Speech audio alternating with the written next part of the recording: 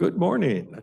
Did I hear the lady speak? We are recording. Welcome to the Board of Cowlitz County Commissioners Monday morning meeting. Today, there are only two of us, I and Dennis Weber. Rick Dahl is on vacation and he will be back. How soon will he be back? I think our meetings are canceled for next week. Yeah, so 'Cause, it'll be we're- 2 weeks. You'll be the only one in town, I guess. Yeah, I can make all kinds of decisions that don't count. That's right. That is right. Good morning. I was going to invite Kim from the event center, but she knows the ropes. Good morning. First person up is the Expo Center. Good morning. Morning. Good morning, Kathy Funk Baxter, Finance Director, and I'll go over the financials first, and then Kim will provide some other updates on. So Kathy, I am totally confused because on one space it says Event Center and another place it says Expo Center. What is it, Kim? It is the Cowlitz County Event Center, Okay. formerly known as The Expo Center. the Expo Center, the fairgrounds. But if the budget funds calls it an Expo Center, it's got to be the Expo Center. Right, we- Kathy? We do have two different budgets, so Yeah, well, maybe we can change that. We'll start off with the Expo Center. Right now, on our revenue, all of our revenues are at target or above.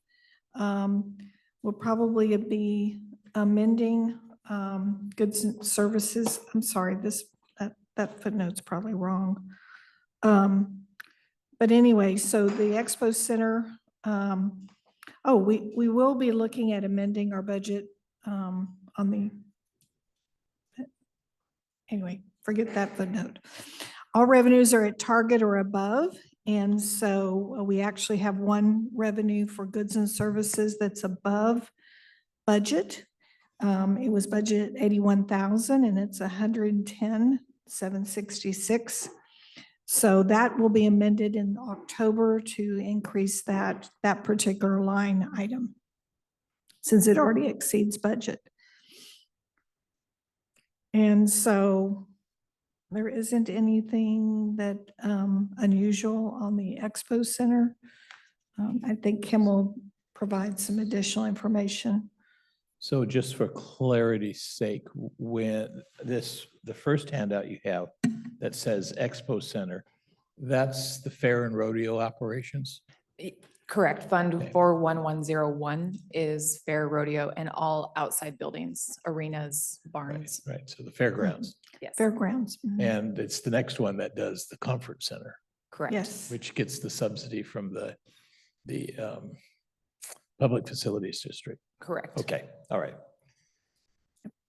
So on this one, all the revenues are at budget or above budget.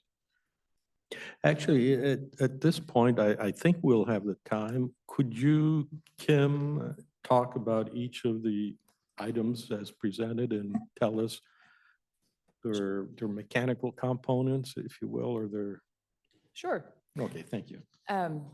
So the fair and rodeo went well this year. Attendance overall, I believe, was down a little bit for the fair and rodeo as a whole, but as I had mentioned in a previous meeting, we actually sold out all 3 nights of the rodeo, something we've never done. We've always sold out, well, I shouldn't say always. Historically, we've sold out Saturday night or come close to selling out Saturday night tickets. Friday night, the last couple of years have sold out, but Thursday, we've never come close to selling out. And this year we sold out prior to the performance starting. So that was really exciting. We did do a new online ticketing platform this year with Ticket Spice. People were able to buy their tickets in advance. They have been the last few years, but this ticketing platform was a little more user-friendly, I believe. We also had QR codes throughout the fairgrounds in the parking lots, so people could scan with their phone and just go straight to the ticketing app and buy their tickets rather than standing in line. And I think that helped us tremendously. So with the rodeo, I know that, I think it was just before COVID, we changed affiliations with the Rodeo Association. I think it was a larger organization. Did that make a difference in gradually building up the response, or was it just good weather this year? You know, this year, our contestants, so that association is what really impacts our contestant entries. Our entries were about average for this year, as comparatively. So we did switch organizations in 2014, and from the PRCA, to use that acronym, and then to the NPRA as our new one. And the difference is that the PRCA is a national organization. The NPRA is Northwest Professional Rodeo Association. So these contestants are your school teachers that rodeo on the weekends that live in Idaho or Northern California or, Washington, Oregon.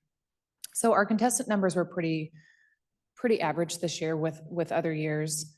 There was a fear with fuel prices, the economy, were we going to get the contestants, but we really did.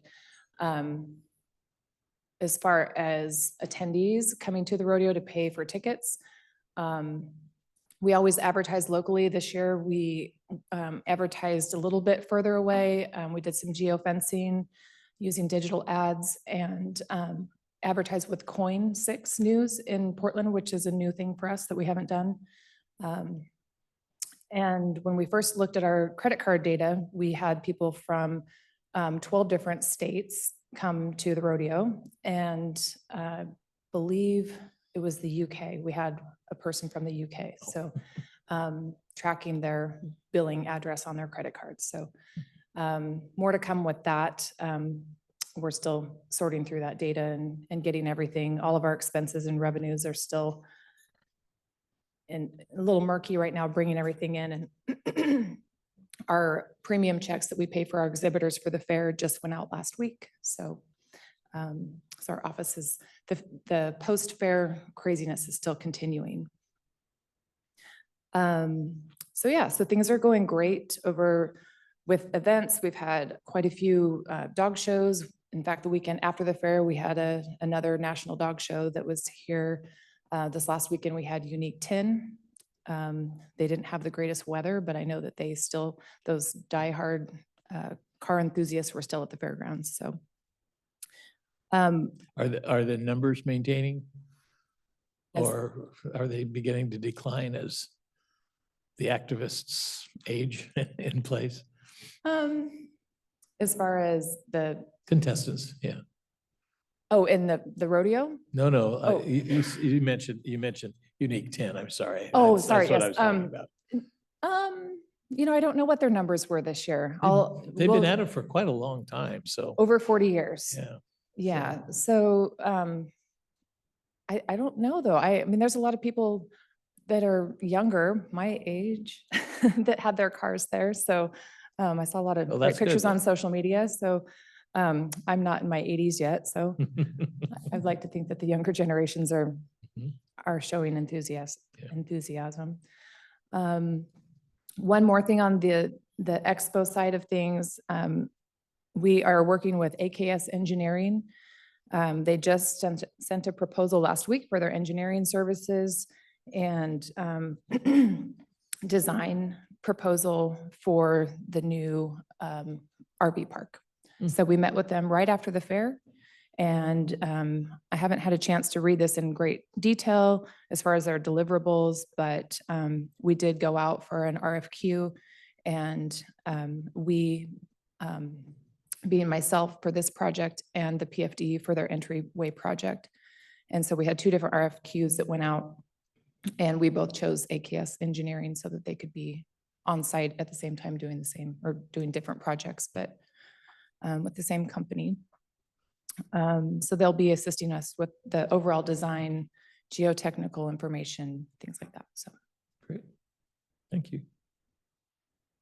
You're not going to stop there, are you? well, that's just Expo. We have 3 more budgets. No, I'm still on the expo. Oh, budget. sure. Go ahead. So I have a generally clear thinking constituent claiming that we have done a lot of damage to the fair by not charging an admission fee. And that sounds preposterous to me, but I don't like to blow anybody off. So maybe you could make a comment on that? So we went to free admission. The fair used to charge admission. I did not bring that. It's about, Early 2000s is Yeah. when we stopped charging admission. Along with that admission charge, I believe the last revenue figure that was coming in for admission was around $40-ish thousand. What that didn't show though was the expense that goes into, paying labor to have those tickets sold. At the time, there was a huge decline in attendance. People were paying for parking, paying for admission, coming in and paying for carnival. They were paying for, it was just, gimme, gimme, gimme. So at the time, the management looked at different options, and one of them was to take away the fair admission. And some of our vendors that go to other fairs had suggested the idea because there was a couple of different fairs at the time that had tried it.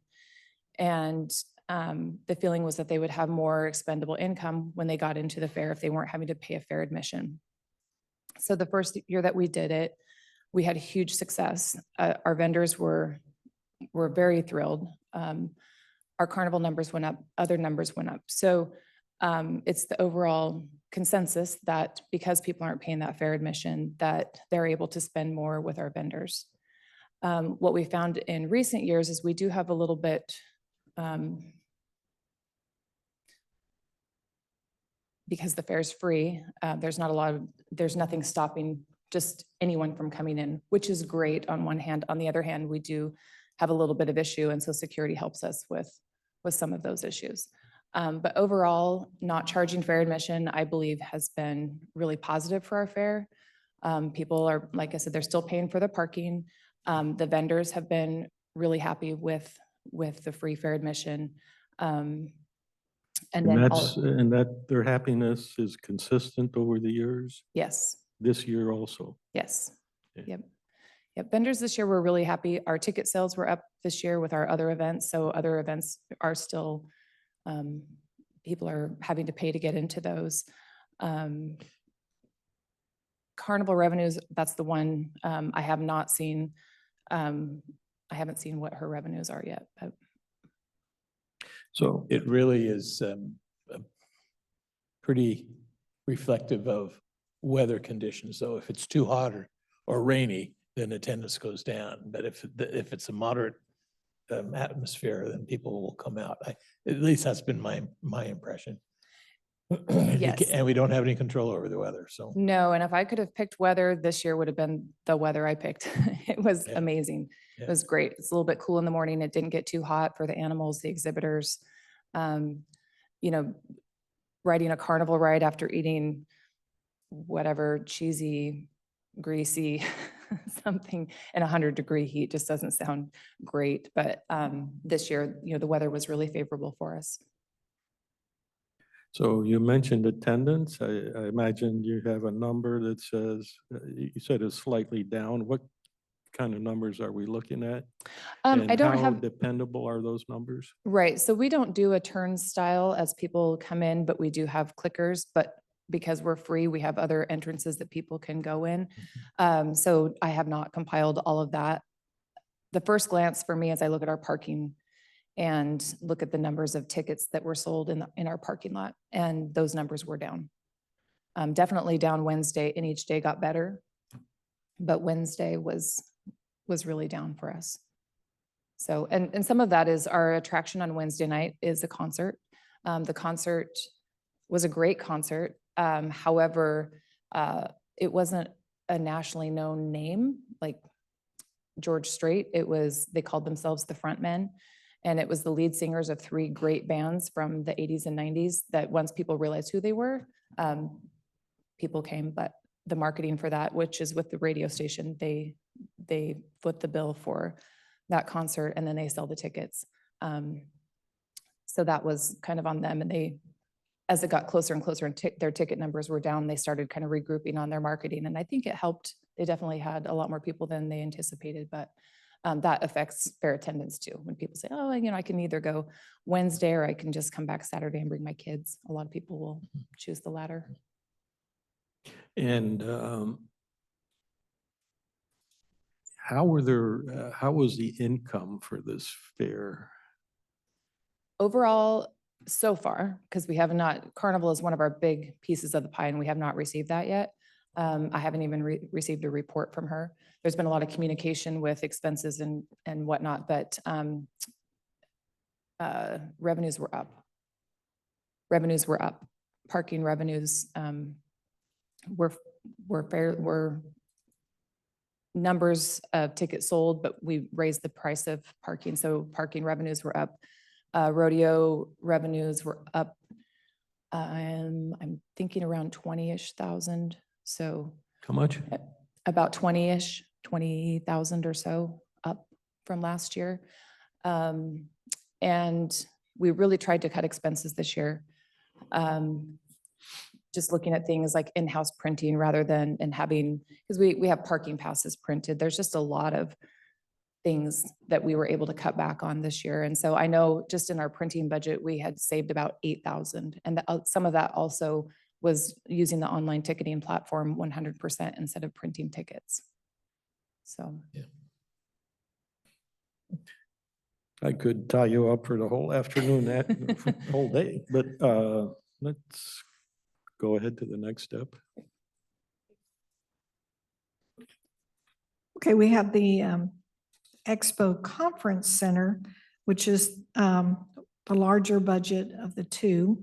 And so we had a fairly large event last year that will not be booked again in 2024. So we're not anticipating as much revenue as we had in prior year. And we do believe that we need to amend the budget downward. Kim and I spoke a little bit, and so we're going to do a little bit more analysis. I think she has some information about some outstanding bookings and things like that for the remainder of the year. And miscellaneous revenue is tied very closely to the goods and services revenue because that's for the ancillary charges for other than rental goes into goods and services, and then other services go into miscellaneous.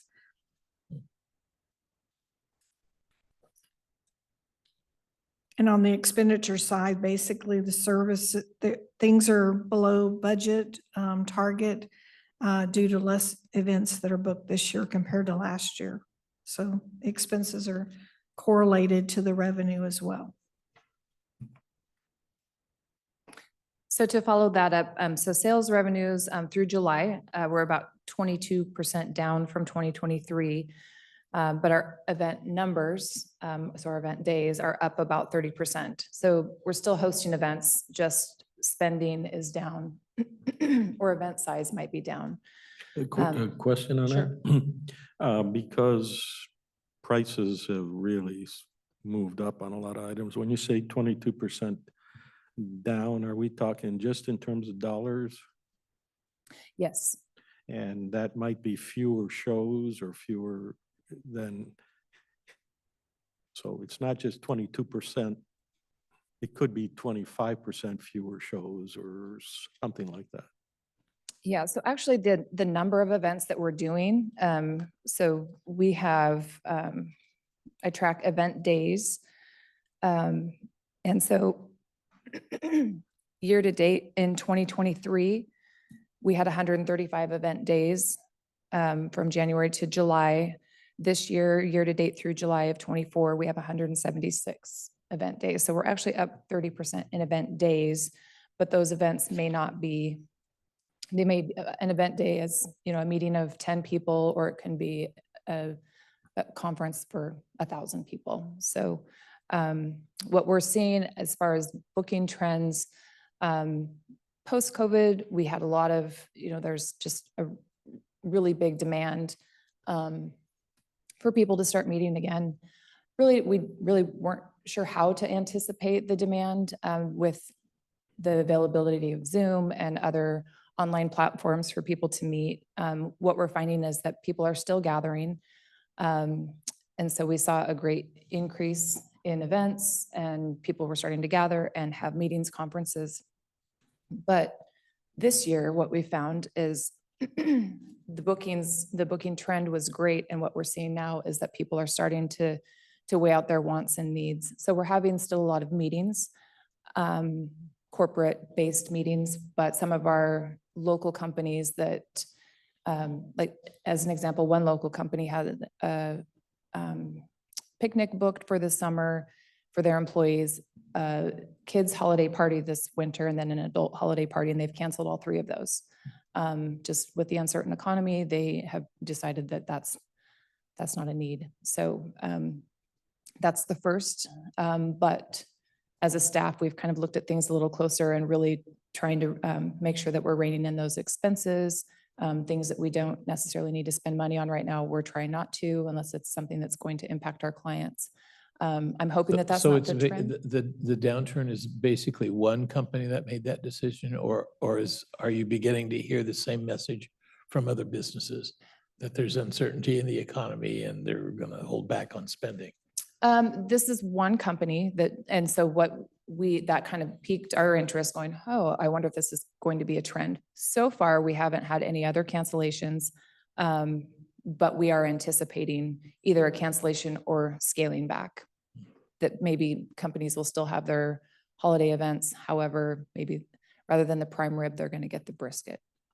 Or it could be the one company had a bad experience and decided Yeah, to take a break. absolutely. You know, and Correct. so, I mean, it is interesting. There's a lot of questions about whether our economy is in good shape or bad shape. And the employment figures are up, but inflation is up, but not as up as it used to be. And it is a bit confusing. I wouldn't want to be a businessman right now trying to make projections, but It is. We're cautious. Fall and winter are fairly busy for us. August has been a really busy month for us. So we're not really feeling it really strong, but we're cautiously optimistic going into the fourth quarter. so it's the Expo Center that gets money from the Public Facilities Board. The expo, the Conference center. fairground, yeah, so the conference center is subsidized by the Public Facilities District. And their money is part of the sales tax. Correct. It's a So sales. have sales tax those rebate. revenues trended up or down, or are they the same as a year ago? Their lodging tax that they collect, I know, is down about 23%. As far as their sales tax revenues, I feel like they're fairly flat. I just saw the report last week, but I don't remember what it was. As far as their subsidy to us, that does not change. That's budgeted. Well, we have noticed, Kathy's reported to us, a surprising decline in sales tax revenues. And I think Kathy's done some research, and it turns out that it's the result of industrial construction that happened last year, but didn't happen this year. And so that makes, it's not that people are spending less, but those construction projects got built. Right. And that's showing a difference. So that's a challenge that we have to do. It wasn't the auto dealer that we talked about. No, the automobile sales from 23 to 24, they're down a little bit, but not anything significant. So a question, in your conference center, if you hold an event, it costs you more, you've got to spend more.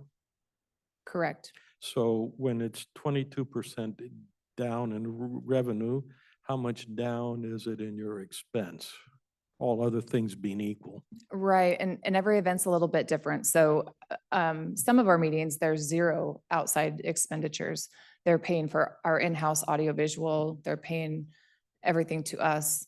There's other events that we might outsource some screens. So a $600 meeting, we might have $150 of that is outsourced to bring in a better projector or a piece of equipment that we don't have.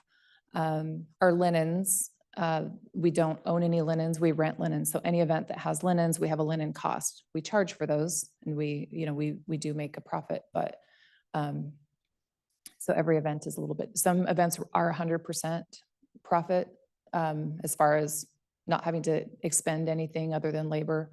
But then there's other events, some of our, like the large event that Kathy was talking about last year. I believe the billable on that event was a little over 300,000, but cost on that was probably close to 250,000. So every event's a little bit different. So when we outsource, we do mark it up to our client. So there's still some revenue for us. So it's not 100% payout. Yeah, do you have an idea what your sunk costs are? Let's say you got no events for a whole year. What are your expenses to carry and stay open, even though there is no client?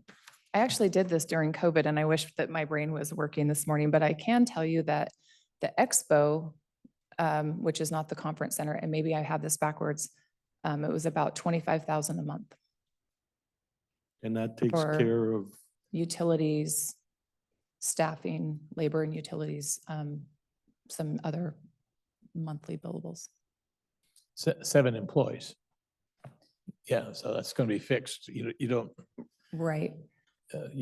I suppose they earn overtime for certain activities, but they're there whether the events happen or not. So those are the Correct. fixed costs. Yep. And those 7 employees are actually split. We show them all on the conference center, but they're charged out to the expo center, to the conference center, and to the gift shop. So.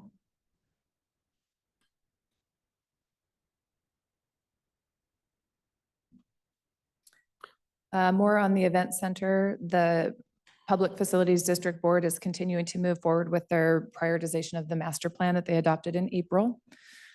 They do have 3 phases of that plan, but they're still in the process of hiring a project manager to help move those projects forward and oversee those.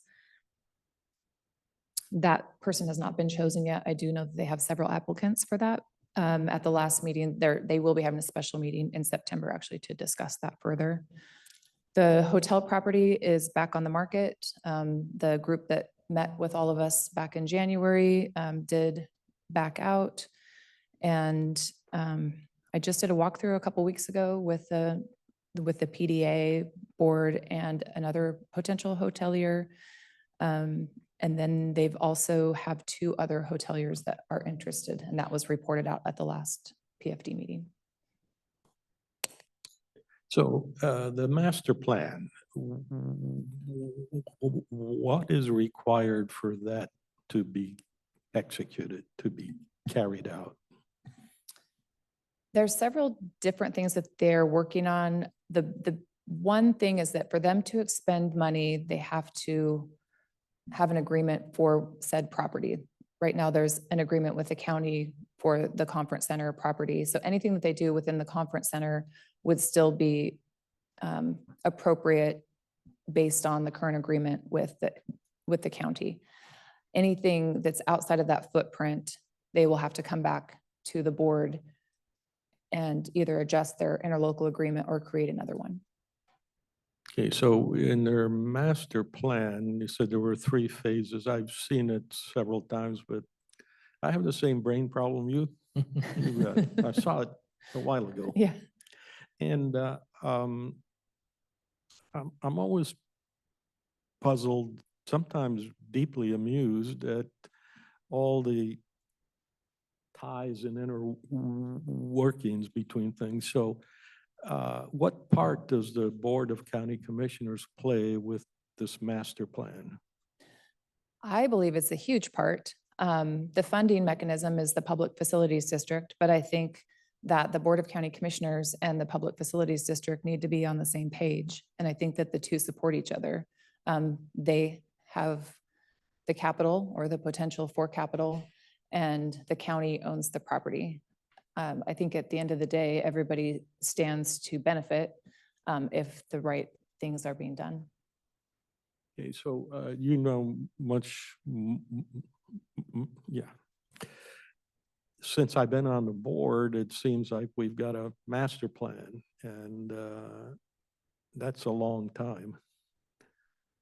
What's the tie-up now? So right now, they've prioritized what they want to do, and what they don't have is somebody that's really pushing the project to oversee. They're a board that's appointed by you, and there's really not an expert within that board that can lead these projects. So their next step is to hire this project manager, which they have been advertising for since June, to try to get that person on board so that they can kind of steer the ship. And that's the next step is. So if all the cards fell into the right place, maybe, well, could you take us through a hypothetical, the timeline, stage one or phase one, phase two, phase three, approximately when will they take place? I should have brought the master plan with me. They do have years, and I believe the first is immediate, which is the renovation of the conference center and some addition of some meeting space.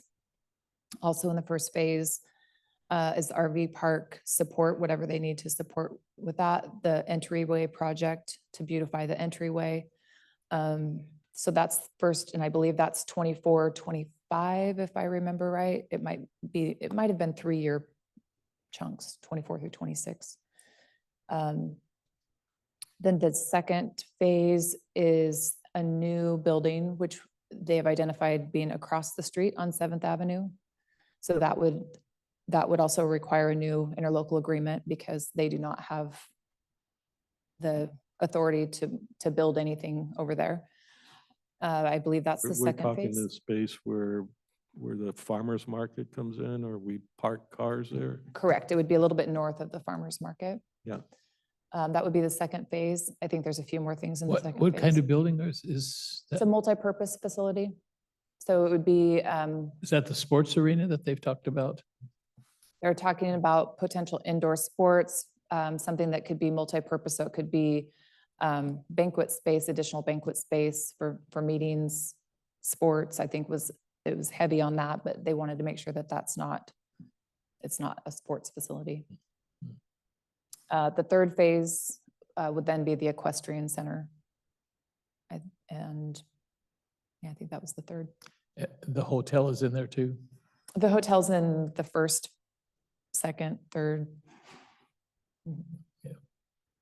And there's a timeline on the deal the county has with the PFD for the property. There is a sunset clause and it's coming soon. Yeah, it's sooner than makes I me think we feel extended it once, didn't we? We did. Yeah. And that's did. what I'm trying to Because of remember. COVID, that delayed everything, so Yeah, I believe that it initially See, that's sends, the excuse, that right? was the excuse, yes. Because so far, we don't have anything. I believe the initial sunset was in 2024 and then they Yeah. extended it to 26 possibly. I think that sounds about right, yeah. Mhm. Yeah. So if the master plan is successful in its implementation, by the end of this decade, we would see a multipurpose room or multipurpose facility, including capacity for large banquets and sporting events. And 12-month RV park in operation for rental space, and a hotel, and a brand new entry on 5th Avenue. Correct. Okay, that's, between now and, And a new equestrian center. that's right, new equestrian center. Yeah. So the renovations that they talked about was just simply recognizing the fact that the last time the facility was renovated, when the PFD finally took over, that's been about 20 years ago, and there's a certain amount of wear and tear on that facility. Correct. So some of the renovations have already taken place. We renovated our bathrooms this last winter. Mhm. We've replaced carpet in some of our smaller rooms. That was about probably 8 years ago, 7 years ago. And when we painted the exposition hall, which is the old, the bunker, as people call it. So we did repaint that. And our back of house service hallways, we added some chair rails and some different things to protect the walls. The next phase will be to replace carpet and some of the air wall coverings in the Lewitt room, which is our main ballroom. And the main hallways will also be painted and the floors refinished. So the master plan is a big deal. And how should I view that from a investment standpoint? Are we doing that because we're going to get some tangible gain, or is this all intangible? Is it a money-making venture, or is it a good thing to do, like a park? Ideally, it would be both. Ideally, there will be What kind of tangible. what kind of numbers are the proponents suggesting? That it's going to be above break even? According to the master plan consultant, Charlie, that met with us, he sees revenue projections as very favorable. Again, I don't have it in front of me. My photographic memory is failing me, but he does show definite return on investment if all pieces of the puzzle are there. So they don't anticipate it costing the taxpayer anymore, Correct. right? And I think, Other than this ongoing subsidies from The sales tax the sales rebate, tax from the PFD. correct, no increase from here. Yeah. Okay. correct. And you've talked about the RV park because, we've talked about that, and that seemed like it could be a fairly decent income also, right? Correct. We already host people in RVs at the fairgrounds for events for a very nominal charge because they're basically getting a plug-in and a place to park their campers. So we'll definitely see an increase in revenues from that.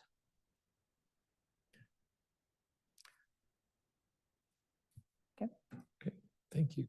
Mhm. It's not like we had any questions. I only budgeted 3 hours to be here today. So the next financial that we have is the Silver Lake Gift Shop. And so good news is that the revenues so far are well exceeding our target for budget. But Kim's informed me that remodeling will close the shop starting in mid-October. So it's going to impact our fourth quarter revenues. But the good news is we're on track to meet or slightly exceed our budget because this is just through July. So that's also going to have an impact on the expenses as well. And so they're going to curtail supply expenses through the remainder of the year due to the closure. And I think she has more information on that as well.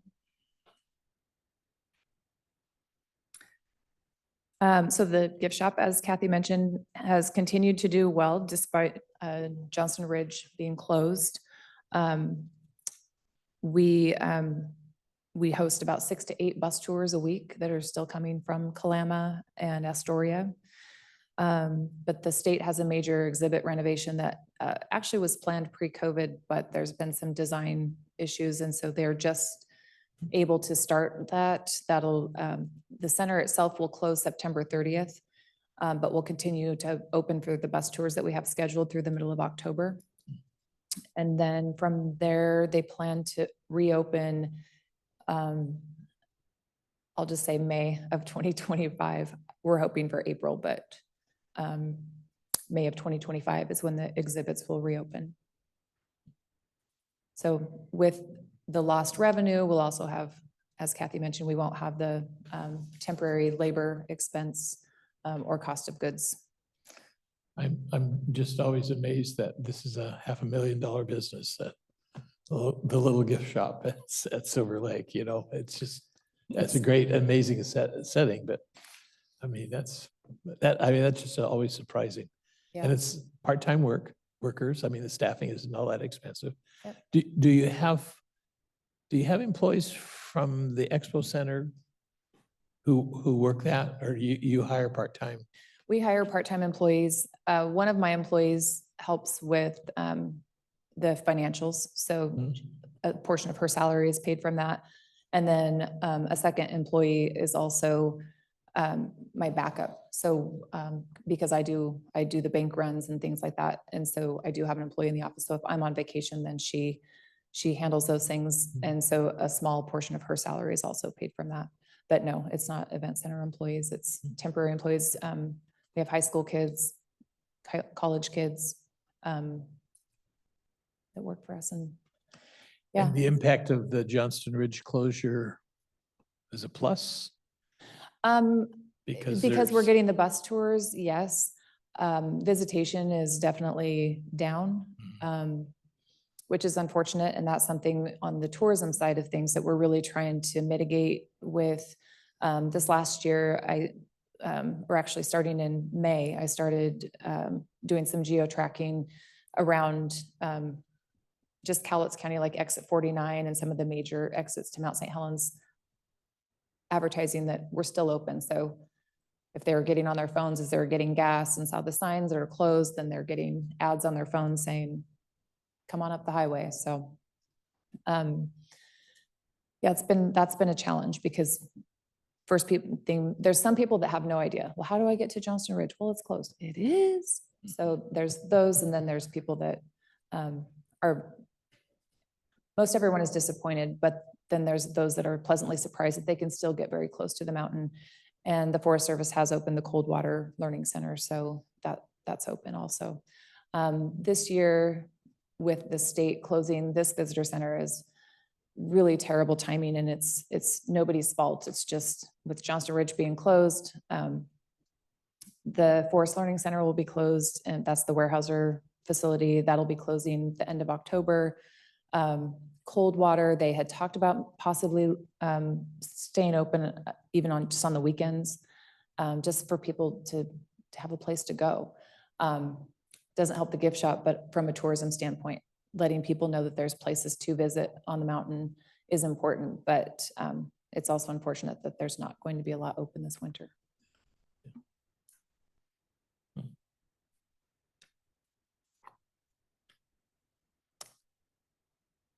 Okay, are you ready for the tourism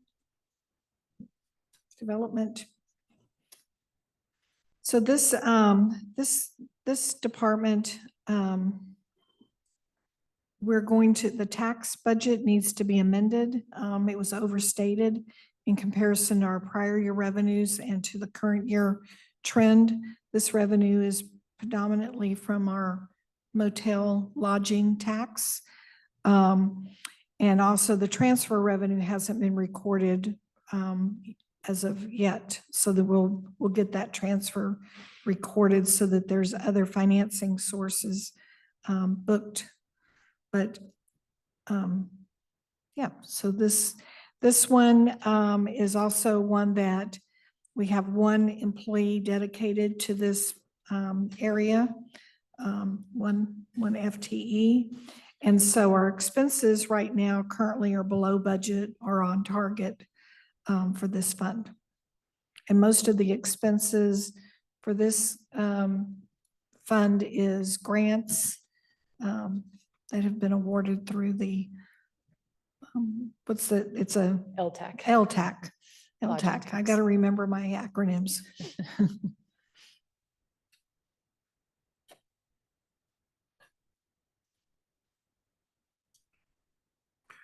Not sure I understand this. Okay, no, I'm sure I don't understand it. What is your interpretation here? Is everything approximately okay? Are we seeing a debacle? I don't see a debacle, no. Okay. Right now, we're having to pivot in the tourism department, as I mentioned, with Johnston Ridge being closed and that messaging, because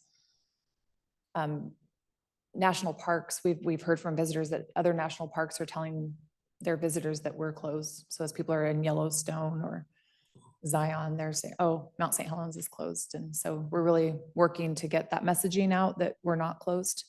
Also, we're working to really try to promote local events more regionally. Something we've typically done is taken our whole area, the beauty of the Pacific Northwest, Mount St. Helens, and we've broadcasted it internationally and nationally. And now we're really trying to continue to do that, but also to take our local events and promote them more regionally. So we're working with, I mentioned before, the Visit Widget. It's a new app that we've put on our website. We're working on getting kiosks. So as people come into town, it's kind of picture-based and you can tap on where you want to eat, what you want to see. You can create an itinerary and download it to your phone. We've been working on the geofencing with tourism also, and a lot of digital display advertising.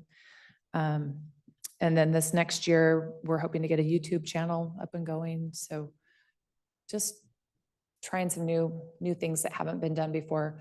When I first started with my position, we were heavy print advertising, and I have really tried to, we still have our print advertising that we advertise with Washington State Tourism, but there's a lot of digital opportunities that I think we're still missing. So we're still trying to get with it now, get our advertising out there digitally, electronically. Do you do anything with the airport, our airport? We don't, and we had talked about that. So that was this spring we talked about that. So no, I do need to reach out to our local airport. We had talked about some shuttles and things like that. Okay. They have this passport. It's like you go to all the national parks, and you get your passport stamped at each place. And I guess it's excellent for bragging. They have the same thing on airports in this area. So some of the smaller regional airports have that? Yep. Oh, interesting. And we paid not very much to be participants in it. Okay. So every now and then we have people flying in, but it would be something that I would think without much conflict in your advertising, you say, and make sure to fly into and get your passport stamped. Yeah, absolutely. It would be the new airport director that you'd have to talk to. Yeah, I will discuss that with our tourism assistant. And then one last question that I forgot to ask overall, it's when people have been discussing master plans in the past, the public has been rather concerned that they're going to lose the fairgrounds as they know it. 6 years from now, will the fair look about like it does now? Same location, same kinds of things? That's a fine line and a balance that I try to keep. It's a little bit personal because I have a lot of history with the fair, just growing up here, and a lot of people do. I think that's, people look at the fairgrounds and they think of the nostalgia of the fair. And so my goal would be that, people think, oh, the fair is going to go away. And my goal is that no, the fair does not go away. In fact, we try to do things to enhance the fair. I think the fair is a great community event. I think that it's one of the only opportunities that people have to see agriculture in our area. And so my goal is to really make sure that the fair brings that to the forefront for people when they're coming. It might look a little bit different and that we have to rearrange things. But as far as all the components of the animals, the youth exhibitors, the vendors, the things for people to see, the opportunities to see entertainment at free or no cost, or low cost, free or low cost, would be a goal. So moving forward. So anything that we do, I'm always, as we start looking at things, that's always a concern for me is, I know the fair is only 4 days, but as I said, there's a lot of nostalgia with the fairgrounds and the Mhm. fair, and I think that that should be preserved in some way. Okay, thank you. We have discussed before, should the hotel project get built, that would require moving the location of the Midway. And that still hasn't been absolutely determined where, but there'll be a Midway as long as there's a fair, so that's not going away. Correct. Okay, As long as it's still gonna be, it's hard to find a place to park and the streets, open, that everything's good.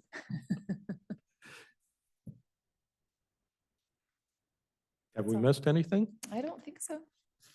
Nope. Nope. Good. Under 2 Okay, hours. thank you. Thank you. and then we have the cumulative reserve, right? Yeah, the cumulative reserve fund is actually, the department is financed, but the revenue is currently 1/2 of the lodging tax is going in this account. And it's all transferred out basically to the tourism fund. So, So this is a holdover from the days when Cowlitz County was the owner of the Hofstad Bluffs Visitor right, Center. correct. And that was being paid for Yeah, it was in part earmarked. by the cumulative, Earmarked. Mhm. Cumulative fund, which was lodging tax dollars. But And of course, we so- sold that. Yeah, so for next year's budget, we're proposing this fund be dissolved and all of the lodging tax come into the tourism fund. So that will be something we'll discuss for the board to decide for the next So that 2025's budget. then LTAC will have even more money to Yeah. disperse, Well, because if it's all going into the lodging tax or the well, we're tourism. pretty much right now, we are already budgeting a significant transfer. Basically, most of the revenue from this fund is being transferred to tourism. So, And it is being expended in grants right now by the LTAC. Right, okay. So I think the answer to your question is yes. yes. All right. Thank you.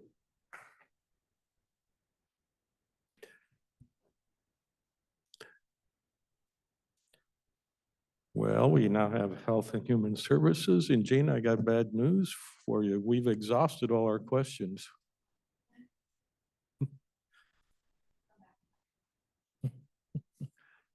But that doesn't mean you've exhausted all your answers.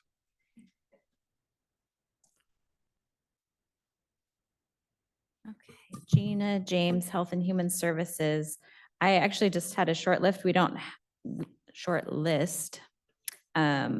have our financial reports from Kathy today. We do that quarterly, so I think we'll have that again in October.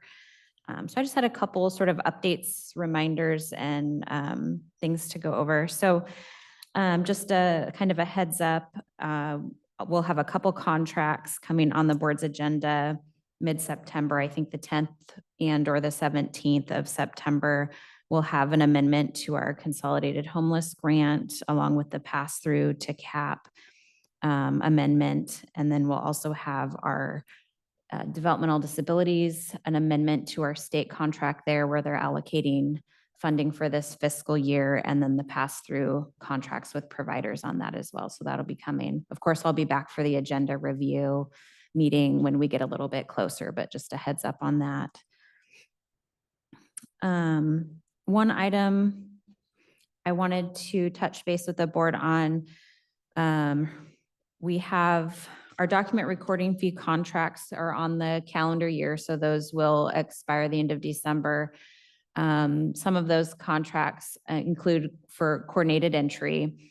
I'd like to post an RFP It's been a couple years and mostly we've had a few providers that have kind of asked about it over the last year. So I'd like to go ahead and do that this fall and post an RFP and consider proposals again, since it's been a few years since we've done that.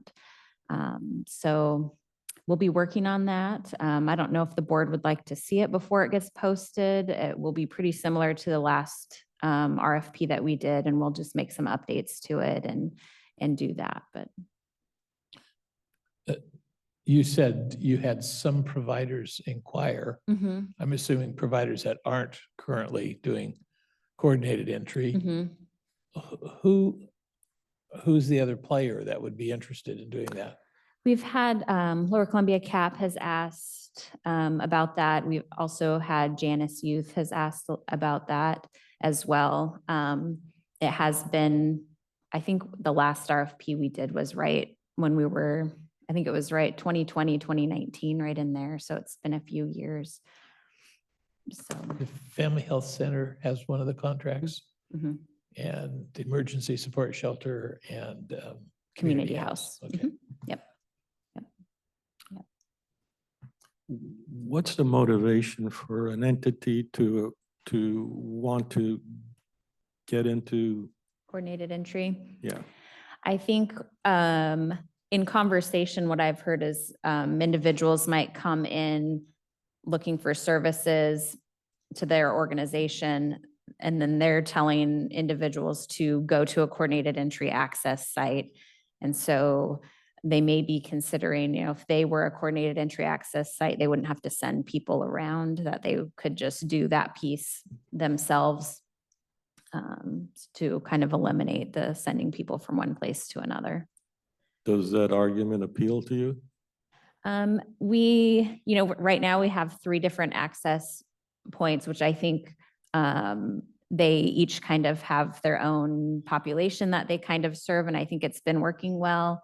I'd be curious to take a look at who is really interested and what that would look like.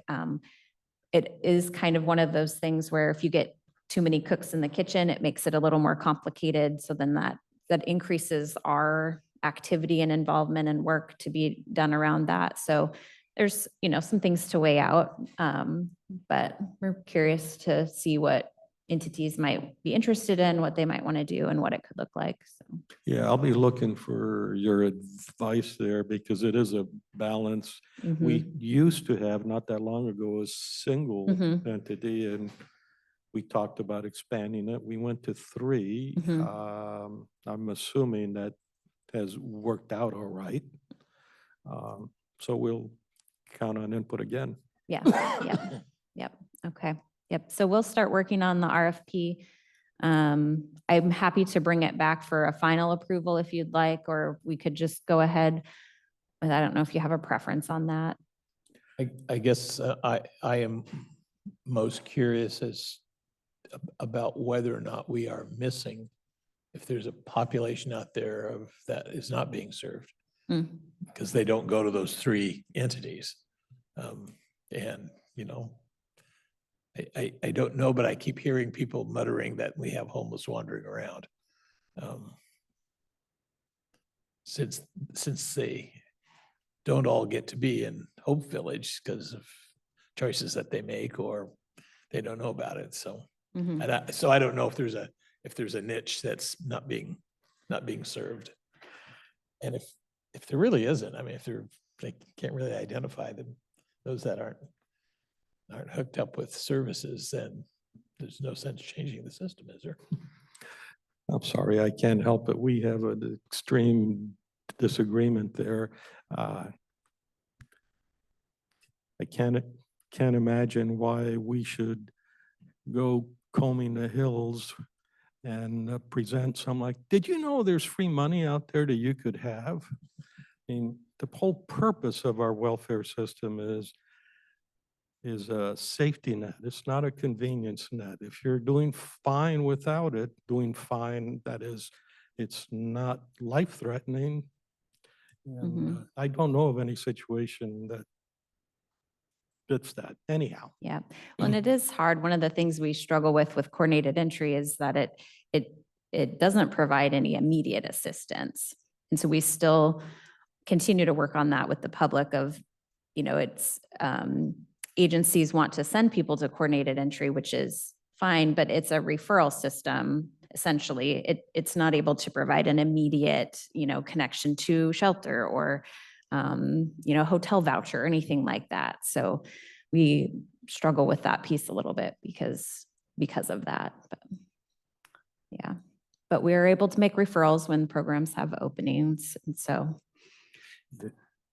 If, excuse me, if I go to entity A doing coordinated entry, how long before entity B and C also know that I've been to entity A? as soon as the data is entered in HMIS into the management system, they would be able to see that that person has connected with So coordinated. that should be almost instant and, It most often is. The data entry standard is no longer than 14 days, but you're right. But to be honest, it would be, they're not getting anything from besides connection to maybe some resources or resource information. And so, if someone shows up at Community House and then goes to Family Health Center same day before the data's in, they're going to get the same conversation essentially at both places. yeah, but if, well, there are always a lot of loopholes Yeah. and, Yep. Okay, so we will start working on that. And then I had just a couple updates. I have a couple handouts here.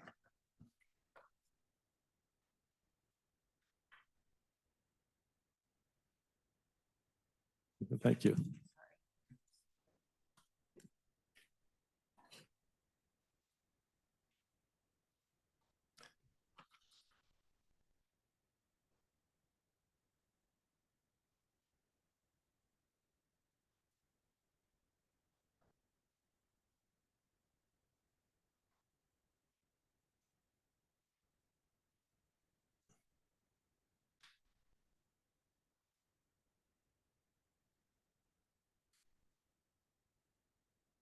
Just a couple of quick updates. We have received, looking at the opioid settlement funds sheet first, we received a couple additional payments in July, so we've just updated some of our numbers here. So we so far have received to date about 2.5 million in opioid settlement funds. We also included on here now that we have some of that feasibility architectural work that we heard about last week, some of the invoices for that. So we included that expenditure on here as well. So it's just a brief update on that. We'll continue to update it as those payments come in. And then the second sheet I handed out, we kind of review this occasionally, but we've updated it. This is regarding the mental health sales tax. So we've updated our 2024 revenue. So our original projection was pretty conservative, I think just around 900,000 for 2024, knowing the tax was expiring in March, and then we would just see some things trickling in and the investment interest earned. So through July, we've received about 1.3 million in revenue. So it's a little bit higher. So we've just updated some of our figures there around that. So we anticipate ending the year or starting 2025 with about 5.2 million of sales tax funds here, with about 2.9 that is in the budget for expenditures. So that's kind of where it's sitting now, unless there's changes approved to that 25 budget. That's where we'll be. That puts us in for starting 2026 at about 2.4 million. That's still in that fund. So just a quick, brief update on that. Thank you.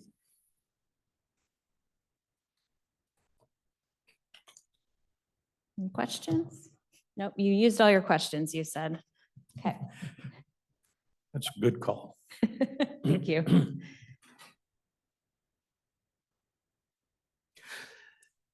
So Emily, I see you here and I wonder, do I see? You're with facilities? Oh, can you be filling in? Miscellaneous. She wants to be, listen, she wants to talk to us under miscellaneous, which is our next item. I don't see anybody jumping up, so okay, other than you. 2 minutes, okay, I've got a time, how about if I make it 3? Well, are you going to ask questions? Because I need more time for questions. Okay, so just, I wanted to give you guys a heads up real quick, and this seemed Make like, sure you're speaking close enough. There we I go. hate talking into microphones, so. This seemed like a good forum for me to at least address 2 of you since he's not here, but I wanted to give you a heads up. I'm sure you've heard that Deborah and I have been pretty unhappy with our software program that we have over the last couple of years. So we are locked into a software program called PAX. And it has been very bad for the last several years, and we've been making it work. And we have been exploring different options. The reason I'm bringing it to your attention, and I had gone back and forth whether to address it with you guys or to wait until the new elected commissioners are here, because I kind of have a little bit of a hiccup with you guys committing to something that then other people have to carry out. But where it's becoming a problem is I'm refusing to sign a 5-year contract with the current system, because if this was private industry, I would have fired them a long time ago. And so I just want it to be on your radar, on your agenda, that we would like to look at switching software programs. We had been somewhat hesitant due to cost. Deborah and I have been saving all of the money in our technology expense account since we took office to help pay for it. And I think we have about half the cost of paying for conversion. But it's the subscription fee, the annual fee that seemed to be somewhat cost prohibitive. So our current vendor has now told us that they are going to discontinue the product that we are currently on. And they are moving to a subscription-based program also. So the cost is going to become almost the same for both products anyway. And the conversion is going to happen whether we stay with PAX or if we go to the new one. And so I just want it to be on the radar and start discussing as a group how we want to handle that. And again, I was kind of planning on waiting to have the new commissioners come in to have them be part of that discussion and the decision. However, it's becoming a problem with us paying the bill because I'm refusing to sign the contract. So I'm fine with signing a 1 year at a time contract. They're really wanting a 5-year contract. So anyway, I just wanted you guys to hear that because last week it did become a problem with the payment, so. Okay, let me just make a quick comment on that. A change is typically, when it's based like this, typically is a good thing, but I really would like to see an analysis that says, this is what it costs me, tangible and intangible, to stay on this path. This is what it costs me here. And carry that out to completeness and maybe extrapolate to 3 to 5 years. And that, by holistic, I mean, it's got to include everything, because typically we get to see, well, it's only $5. Well, we aren't told often that it's also going to encumber everybody else in the county, or, some such thing. I'd like to see a complete So picture. I don't have the numbers of what they will charge for their new product that PAX is coming out with because they have not published that yet. Oh, I don't think you could do it here. I'm just saying that's what Oh. I'm going to look for. Because your cost is going to include additional staff time if you need it. It's going to include conversion time. Mhm. It's going to include errors and omissions. I want the whole thing so we can really see what the cost is. And don't assume that just because it'll be increased, the cost will be increased, that we would say no. Right. We've got to look at the long picture. Well, You got to so spend dollars to save dollars sometimes. I was going to say, I think long-term, the annual expenses are going to be very, very similar. The initial conversion, so the product we're looking at is Tyler Technologies, which is who we had before when we went to PACS. And the reason we didn't select them when we went out to I'm RFP. trying to get back on on the schedule. I really don't Okay. expect you to answer my questions. I'm just trying to tell you what a rational board would need to look on that decision. The dollar amount that we're going to end up asking you for is probably going to be about 500,000. So just so you can digest that part. But we are going to put 500,000 with it to get to the $1 million conversion. So the other bit of information I'd be interested in is if the system you're recommending is being used by other counties. I know, I can't imagine the current system is only affecting Cowlitz County. I mean, No, it must be collapsing it's affecting all a over lot the of place. people. And Okay, so 2 seconds here. The reason we didn't go with them at the RFP is because they didn't have a Washington product at that time. They now do. Oh. So that's where I was going with that. Okay. Okay. Thank you, guys. yep, thanks. Appreciate it. Oh, we're only 11 minutes late. Next, for agenda item review. Are you good? We can move Yes. forward? Actually, we're not as late as we usually are. True. Risk management, a familiar face. Kathy Funk Baxter, Finance Director. I'm here because we're seeking approval to do a RFP for qualified companies for our armed services, guard services.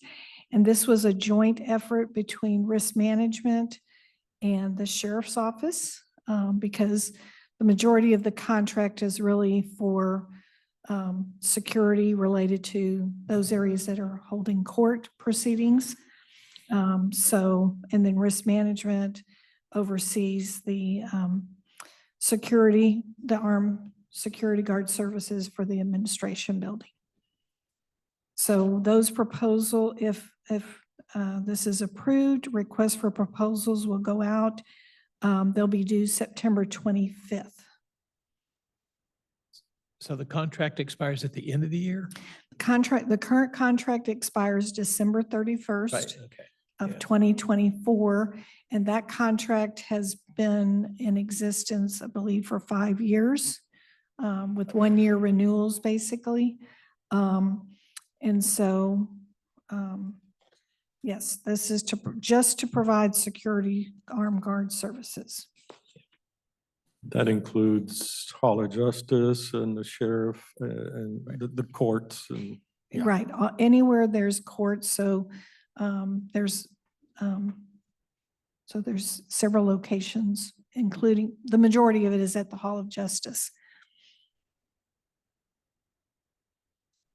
Is there any other information I can help you with on the RFP?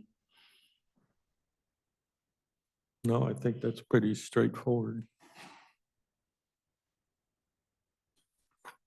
Thank you. Okay. We'll catch up at this rate. Who in Public Works is speaking to us?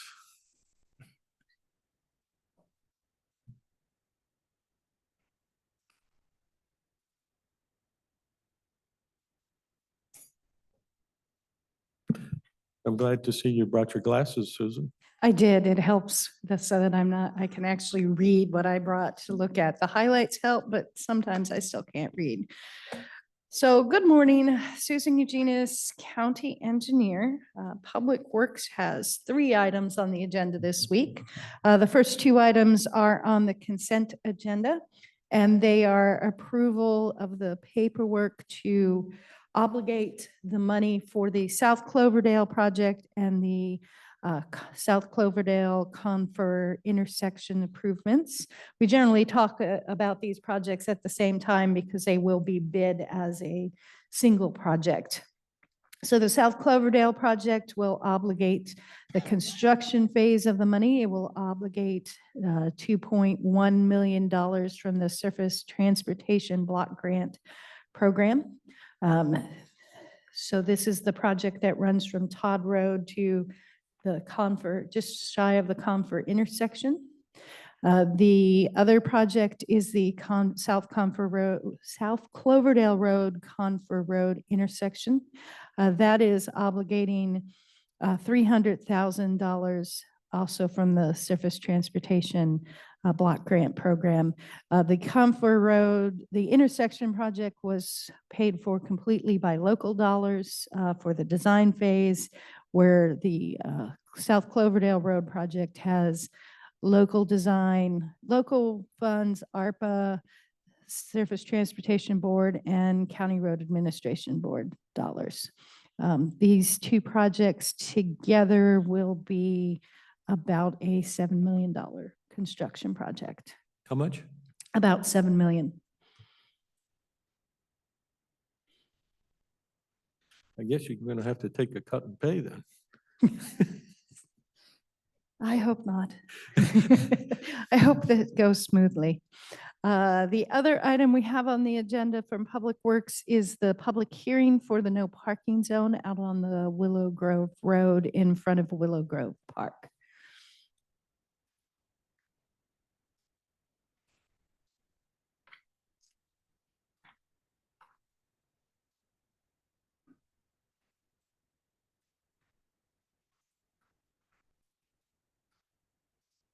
I'm waiting for you to tell me about the bike lanes. On Willow Grove or on South Cloverdale? South South Cloverdale. Cloverdale, there is widened shoulders, so there will be adequate bike access.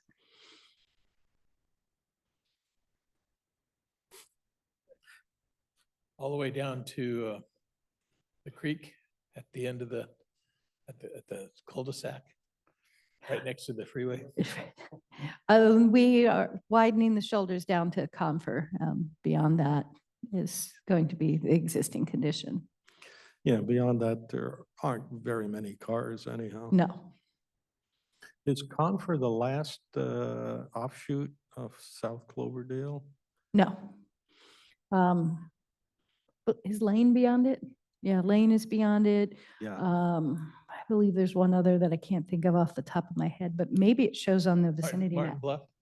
Martin's That's- Bluff. Martin Bluff Road. is north of Confer, right? Yeah. I'm looking for my vicinity map, which apparently I did not print out. I was going to cheat. I don't have the vicinity map with me. Okay, doesn't matter. On bike rides through there, generally It, no traffic. yes. Of course, the day I'm there, it'll be traffic going both ways. And they'll be synchronized such that I have Oh, got to yes. go off into the ditch. Just don't go all the way down the embankment onto I-5. There is something there. So the folks that are towing the wings of the windmills that go down to Eastern Oregon because of the woodland blockage, they'll try an alternative and they'll get stuck on Cloverdale where they can't back up. And Has that happened? I don't think so. I mean, that would be, That would be really scary. It would be interesting to see him go over Green Mountain Road. They wouldn't make it. Normal trucks can barely make it.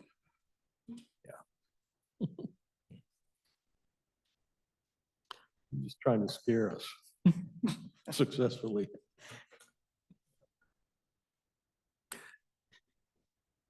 So, Mr. Moss? Mike Moss, Public Services Director. We have 2 items tomorrow on the agenda for facilities maintenance. The first one being a contract award and execution with Lakeside Industries for grinding and paving the north parking lot at the Hall of Justice. Originally, when we went out to bid, we got 4 responders. Lakeside was not the lowest bidder. Clark County Paving was the lowest. Unfortunately for them, they decided they were under time constraints to be able to pave that this year. They withdrew their bid. So we went to the second bidder, lowest bidder, which was Lakeside, and for a little over $110,000, The other two bidders were quite a bit higher than Lakeside. So that project was hoping to be in place and done by mid-September before we get rainfall in place. It also includes striping when they're completed with the paving. So I'm assuming the lake will disappear when they finally repave? Yeah, we're putting a riser on that in the north end and doing some grinding around there. We're using our staff and making sure it's all cleaned out to the main line before we do that project. Correct. I know that's a big pain for the employee parking lot. It is. It's not a huge parking lot to begin with, and it takes a few Three, stalls Three away. stalls are Yeah. always underwater. Correct. And if I recall correctly, it's fairly cramped in there with, Yeah, it's tight.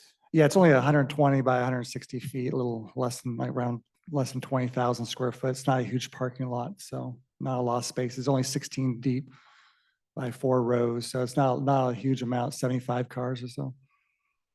No, and less than that, you'll actually. maintain the same striping. Yeah, it's actually right now 10 feet. I know we're, when we striped a little bit for the sheriff's office on top of the dike, we're striping that a little bit larger because of the need for them to have they have more equipment on and they get their doors a little bit wider for the sheriffs. There's no chance to expand this north lot. No, we could make the spots wider, but it's kind of a little fishbowl there. The north of it is the maintenance shop, and then you have the dike to your right, and then the First Avenue to your left or to the west. But it is a pretty popular parking spot. As you can tell, maybe not now because the north stairwell still closed at HOJ, so a lot of people use the south parking lot, but that's a main entrance for the employees at HOJ. But you could say that it could hold lots of bicycles. You could, or motorcycles. Oh, yeah, or motorcycles. The second item we have is the amendment number 5 with Day Wireless for services and maintenance for the county's public safety radio system. Includes quite a few different departments: offender services, juvenile, corrections, emergency management, the sheriff's office, and motor pool. It's up to the new count from all the pieces of equipment. It's up to 390 pieces of equipment, up from last year's of 370 pieces of equipment. Most of those are the sheriff's office and motor pool, which is pretty much Public Works equipment. So 200 of the 400 is sheriff's office and ours, Public Works. The rest are in corrections, like I said, and DEM are the next two biggest users. So the increase is not that much. I think it's a little over $400 from this agreement for this new amendment for the 2024-2025 contract. I know we keep extending this out 1 year. I'd like to see us go next year to a full bid and see what's out there in the marketplace. I visited with staff this morning that uses this a lot, the sheriff's office and public works supervisors. They've been pretty happy with the response back from Day Wireless. They have a response time within, they have to respond back within 15 minutes of a phone call if we have emergencies, especially equipment going down with the sheriff's office equipment, and then very timely. But I think the original agreement was from 2017. Yes, it was competitively bid in 2017. They're the only ones who responded in 2017, but I'd like to maybe go back out next year and see what's in the marketplace. These are mil-spec radios. I'd have to get back to you on the specs on these. I don't know exactly for different vehicles. We have handhelds, we have things that are permanently mounted and excavate, our equipment, and also the sheriff's rigs. Yeah, I'm always curious. I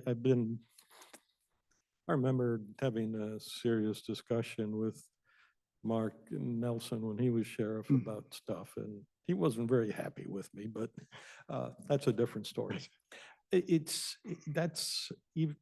a lot of money, and I think about the majority of us carry cell phones around, and I don't know what maintenance we look for. So I'm trying to find out what things does this really pay for? Yeah, and actually pulled the scope of work for that to see, because most of our scope of work for contracts are pretty, maybe they're a paragraph, maybe a page at most. This is 14 pages long of what we asked them to do for maintenance for us. from maintained, at the towers, different equipment. We have 9 towers around the county with equipment on there, preventative maintenance, quarterly maintenance with them, annual maintenance. They have different, like 8-channel Motorola voice radio systems, two-site Motorola data radio systems like that. They just have a list of equipment they need to maintain, and then just page after page of what they want to do for scheduled maintenance, service standards, response times. So I had a chance to review it quickly this morning, but didn't really talk about specs, like type of equipment in detail. So I think they leave that up usually to maybe each department of what their needs are, depending if it's juvenile, jail, DEM, Public Works. Don't you just say that when they come prepared? I'm swayed. I can give you a copy of this before tomorrow if you want to see the 14 pages. One of the questions that I had when I noticed that was whether or not the contract has been significantly adjusted since 9/11 left us. Because it was all, it was all combined together. And to the extent that we're asking them to do work on towers, Yep. which are owned by 9/11, we, I don't know if that's necessary anymore. Great question. Ashley Clausen from purchasing emailed me on Friday and said there's nothing here for 9/11. Everything from the original RFP inventory we provided for 9/11 is now gone. A few of the spreadsheets may say 9/11, but they're actually for CCSO, which is the Cowlitz County Sheriff's Office. So 911 has been removed from this. Because I remember when I was on the 911 board, Cowlitz County Public Works was like 1/14 of the overall operation. Exactly right. Yes. Yep. So, And that's gone away. Now we have direct contracts with them for usage of the sites. We used to be part of anytime they did maintenance on there, we get billed a certain amount for that. But that has gone now. We have direct contracts and just have an annual amount rather than, because some of their upgrades they're wanting to do at some of these tower sites are going to be so huge that we benefit a little bit, but our share would be very, very large. So that's gone away. And part of that deal's less cost for us, but we also help maintain the road system going to each of these towers through Public Works. well, the other thing is that we're looking at a $27,000 contract that only went up $400. Yeah, exactly. That's a pretty good deal, I think. Yeah, and last year I think it only What went kind up of like inflation is that? That's not much $300 of it. last year. So yeah, they've been keeping their costs fairly good, flat for us. But I think I feel the same as you, but in realistic terms, we don't know what their margin is. They may have a 500% margin. In which case you're only going up $400. Because we only buy quality equipment, they're probably not working very much. Yeah, You know, we They don't have lots quickly out, yeah. respond. Yeah, but correct. That we probably don't call Yeah. it. So I'm it's a good. good deal for them. You good? Yep. Yeah, I'm okay. Thank with you. it. And thank you. We'll be seeing you tomorrow. I like that optimism.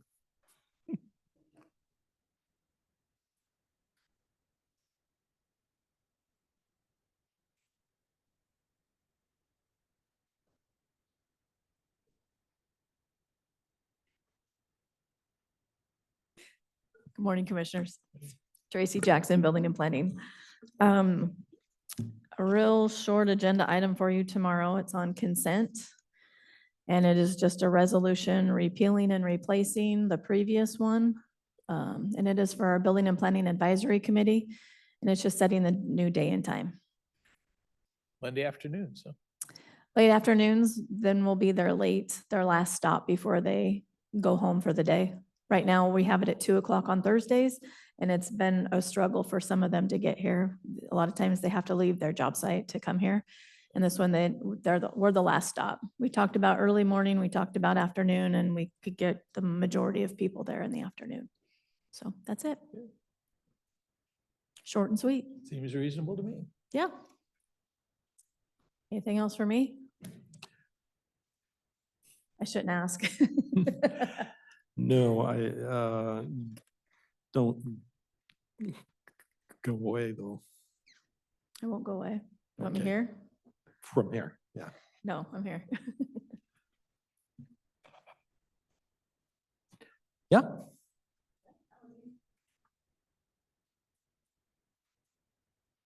All right. And mysteriously, Jessica just shows up. Well, we have a little time because we have now at miscellaneous and do we have any miscellaneous?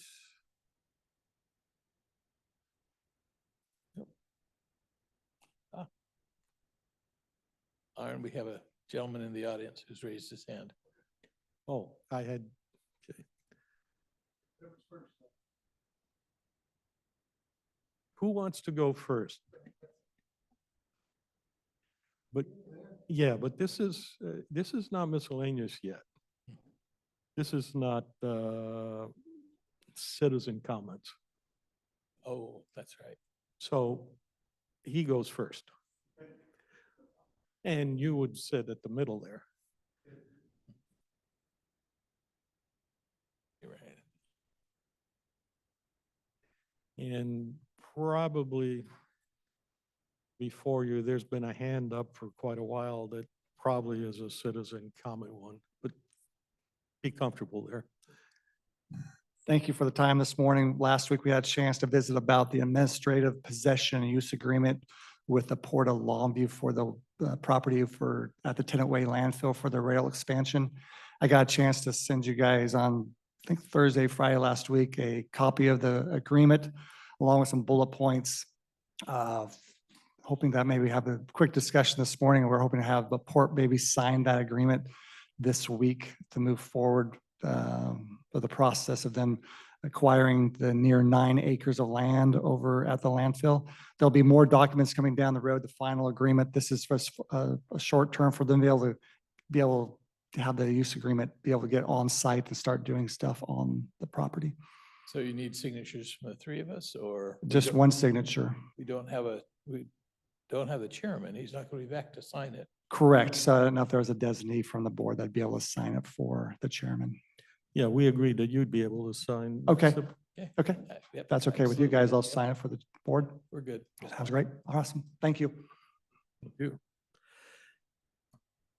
So miscellaneous is exhausted and we'll move over to citizen comments, and one hand from Nick Massey has been up for quite a while. Go ahead, Nick. No, but you're not Nick Massey. I'm saying online, there's a, Okay, how's that? Okay, my name is Mike Erickson. I live on Beacon Hill. And I have an issue with Susan, that's back here in the back, so it's a good thing she's here today. I've tried to get a yield sign changed to a stop sign on Craft Road in the middle of Niblett Way Loop there. I called her 3 times, went to visit once, said she had a Zoom meeting, she couldn't see me. And so I left my phone number, my name, and what I wanted to do, and she's not responded back to me for 4 times, so I have another person that told me you need to move up the food chain, so I think this is a food chain, so. Anyway, there's a yield sign, What's the name, excuse me, what's the name of the road again? Craft Road, Craft. right, Okay, one in okay. the middle right there. And anyway, the west side of Craft Road has a stop sign on it. The east side of it has a yield sign on it. I was involved with a young boy riding a bicycle. I believe I had my vehicle stopped before he hit me. He came down Craft Road onto Niblett Way and ran in the front of my truck, spent 5 days in Portland Hospital, air flighted back down there. I talked to another neighbor and he had the same incident with a girl turning up that Craft Road on Niblett Way. He was far enough away to stop before she got there. Otherwise, he said, I could have done the same thing you did later in the day. So anyway, she hasn't responded to me. I think it's a simple thing to do, change it from a yield sign to a stop sign. But I can't get her to respond to my messages, so I came to you guys, so. so I'm not clear. The yield sign was what you were responding to? Yes, or- yes, I'd like to have it changed to a stop sign. No, I understand that. I'm not sure that the kids are gonna obey that stop sign, but at least the people, and I've had other people, the problem there, when that south end of the street, there's bushes blocking both directions. So you can't see that street, but that kid was coming I'd say he hit me at 15 miles an hour on his bicycle. So anyway, I Yeah, think I- it may help to get a stop sign put up there. And I don't think it's a big expense to do that, so. I'd like to know, was the bicyclist going through the yield sign or the stop sign? Through the yield sign. Okay, And Craft Road is sloped downhill, so a bicyclist can build up a bunch of speed if he wants to, so. and you just didn't see him. Yeah, I didn't see him till he was in front of my truck. That's how quickly he came down the street. After I was just going up the street about 20 miles an hour, slammed on my brakes, Okay. But stopped and, It turns out stop signs and yield signs and traffic signals go through a fairly extensive process. In fact, tomorrow, I think we're dealing with just putting up no parking signs. Anyhow, is there anything to add here? I don't want to necessarily put you on the spot.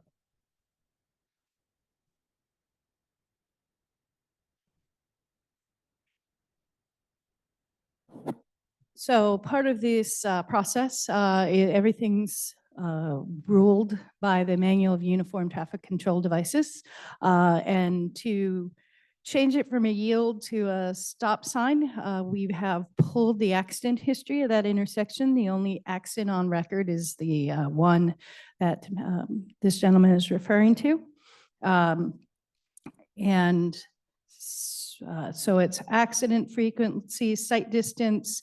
The photos I was looking at, I did not realize there's vegetation out there. We can work on vegetation control, but the accident frequency is, I can't remember the number. It's over a 3-year period and it's got to be a certain number annually, and I can't remember what it is, but this is the only accident that we have on our records of occurring that intersection. It is they're both lower speed roads. And in this case, the bicyclist was the one that was not obeying the traffic control devices. And if there was a stop sign, I'm not sure they would have obeyed that either. So the cyclist wasn't obeying because going through a yield sign is 15 miles. So he Per went through hour? the yield sign, and you're supposed to yield to oncoming traffic, which this gentleman was the driver at that time. Oh, I thought he was at the stop sign. No, the I'm on road, a straight street going up Niblet Way. he was going straight, no traffic control device, and then Kraft comes into it, and there's a yield sign at that intersection, which the bicyclist just went through the yield sign. So I was working with the sign shop because somebody stated that at one point there was a stop sign, and that's the history I'm still researching to find out if there was a stop sign, and if so, when and why that was changed out. The upper end of that street has a stop sign on it and no bushes either way. No, It's up there next to the church right there. I don't know if that's the reason why there's a stop sign up there at that end, because you can see both ways up at that end, but anyway, talking to lots of neighbors other than the neighbor that said he almost hit a 10, 12-year-old girl going up the street on Niblet Way from Craft Road without stopping. Now, I don't know that you can stop kids. He didn't have a bicycle helmet on, and he put a dent in the front of my truck. That's how hard he hit the truck. Yeah, no, I And so talking kind to of neighbors. understand, but the Right. issue is one that's been addressed and seems like it's been addressed adequately. I will say in general, I'm disappointed in the bicyclists because I ridden a lot of miles and I stop at stop signs. I never take somebody's right Right, away. right. And I realize that my bicycle, even with my size on there, is nothing for a car in the sense of being hit. Right. The auto drivers in this area think the bicycle's a toy, so we're already beginning to be at odds. And the people ride the bicycles on the sidewalk, which is a no-no. People ride the bicycles in the other traffic direction. That's a no-no. I've seen them go by the police. Police don't do anything about that. I Right. don't know that a stop sign there would do anything for that specific situation, which is kind of what you were saying also. It's, we should But put signs up where she they'll, didn't respond to me, but like I say, also talking to other neighbors, they talked about slamming on their brakes. The cars don't stop because they can't see in the bushes. They don't stop. There's not a lot of traffic up there, so they have a tendency to just go out on the street without looking down there at all. And so, so look, I've done traffic stuff before. Right. And even this weekend, I sat by a particular location. I won't mention it, but it was a busy intersection. And it's a four-way stop. I think out of probably 50 cars, one person came to a legal stop. The rest of them are just blowing through there in one form or another. Ah, it's a right turn. I'm good to go. And, right. And anyhow, I understand that as well as so far as. all that's your what's going on. testimonials from your neighbors and all that, I have no idea what category they fit in. I know I've driven where I've stopped when I didn't need to Right, because I could right, tell there right, was something right. going on. So, you The know, other end of where Niblett, when Niblett turns on to Beacon Hill Drive, used to be a yield sign instead of a stop sign, which is really crazy because you can't see up the road until you get out of the intersection. And if you just have a yield, people don't stop. So anyway, I thought it was a simple solution to the problem was, I don't know how much it costs to replace a yield sign with a stop sign, but apparently Susan has procedures she's got to go to in order to do that. So I thought it was she calls up somebody, say, hey, go swap that yield sign for a stop sign.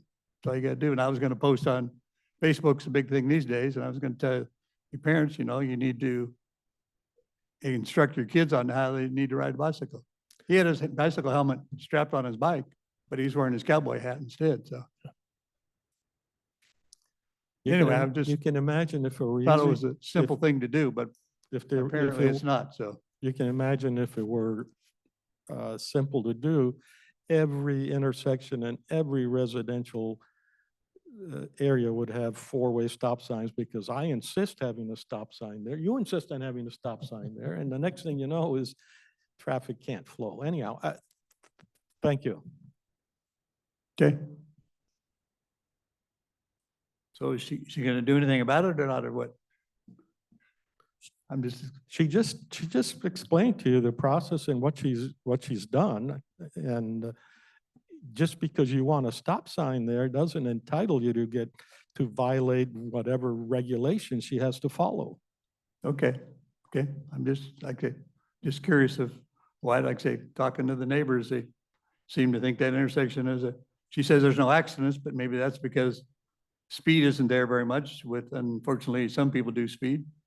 But the other thing I thought about, because my truck's that high, he couldn't come over the hood. If it had been a Honda, some kind of low car, that a lot of them go 30 miles an hour in that short period of time.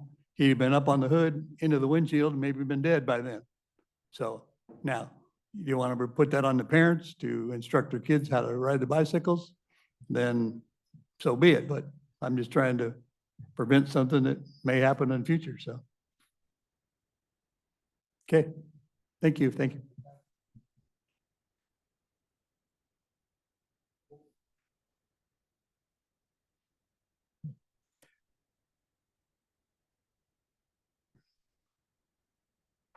I see no other hands. Oh, there's Nick Massey. Nick, you had your hand up. You no longer have your hand up? Oh, no, now I'm a participant, apparently. I'm sorry, I didn't catch that. I've got promoted to panelist now, so I can talk. When I had my hand up, I wasn't able to speak. So somebody put me in as a panelist. Can you hear me okay now? I can hear you okay now. Okay, I have my hearing aids in, so let me just switch over to a different system here, so you may be able to hear me better. 1 second here. Well, MacBook Pro, is that better? I can hear you. Okay, perfect. Mr. Commissioners, Actually, no, it'd be better if you went back. oh, back, okay, let me switch back then. Okay, how's that now? Much better. Thank you. Much better. Okay. So Mr. Commissioners, good morning. My name is Nick Massey. I reside at 1761 Caples Road in Woodland. I believe that power has shifted from its right owners, the citizens, to the government, which has unfortunately become the abuser. For the past 4 years, we've been trying to secure approval for a road within the right of way. We've gone above and beyond to accommodate the county engineer's requests, even incurring additional charges from our engineers for services beyond the usual requirements. For example, we've been asked to address concerns like a car towing an RV is longer than 40 feet. It's not uncommon for residents in rural areas to tow camp trailers or boats 42 feet or 48 feet. So we had to provide engineering that showed a camper pulling a boat. And our engineer also mentioned that such concerns are highly unusual, not typically addressed. And further, we couldn't find code where this needed to be addressed. So the final stage of this project involved paving sections of the road to meet a 12% grade requirements.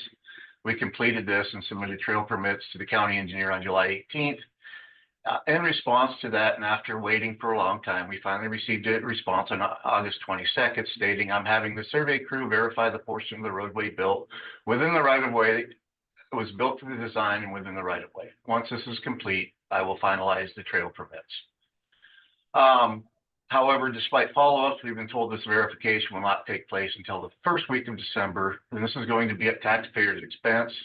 And despite the fact that record drawings have already been completed by both the county surveyor and our surveyor. Given repeated delays and additional burdens placed on this project, I am seeking relief from the commissioners. I feel this behavior has escalated from merely being petty to now becoming outright malicious.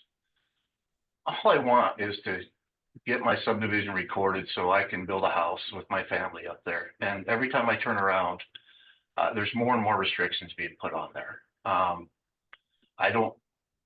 quite frankly at a loss on what I can do except to wait, but I see we have 2 candidates for county commissioners in the lobby today. I will be meeting with them as I sit on the BPAC. We're trying to amicably solve these problems, but there's one obstacle in the way. And she's sitting in the room right now. Her name is Susan Eugenius. And as much as we try to work with her, there's always something else that comes up. We have no idea what's going to come from left field because she uses many different of her talents to bring issues in that we can't even imagine are coming in, but we have to deal with. I would ask for this. Perhaps I could just send my surveyor out to verify those points so I could get it done quicker. Again, this will be at my expense. However, he's going out to verify well areas right now, so we could probably do it then. But I just, I'm at a loss, and this needs to be the forefront of everybody's attention. I've been very vocal about it in the past. I'm trying to remain very calm and collected about it. I visited with Mike Moss about these issues, and you have a director of public works that does have no control over what the county engineer does. She answers directly to you as the commissioners. So I'm looking at you two plus Rick Dahl to come up with some sort of type of solution where we can work amicably with her without all this other BS that comes with it. I appreciate the time, and I thank you for your attention.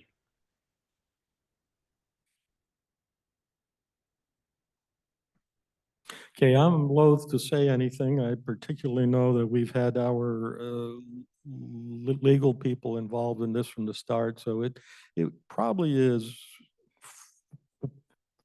a foolish or improper thing for me to say anything. Don't have anything I can say.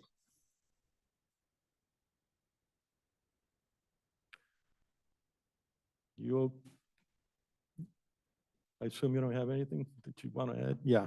No. All right. Thank you for the call. You made it quite well known.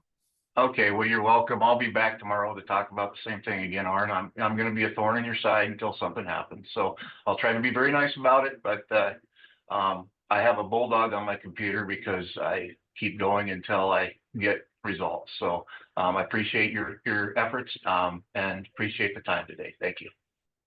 Okay, thank you.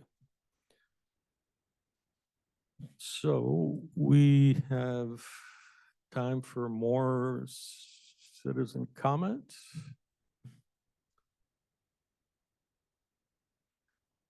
How would you like a recess until 11? Well, I think, Jessica, we've usually just gone ahead with you when we've gotten to that point in the meeting. Huh? I'd like to do we a need a break? recess. Okay, Okay, okay, we're recessed until 11. all right. We're back in session now. We are going to do human resources in the executive session with holdover from the previous meeting. We have a miscellaneous.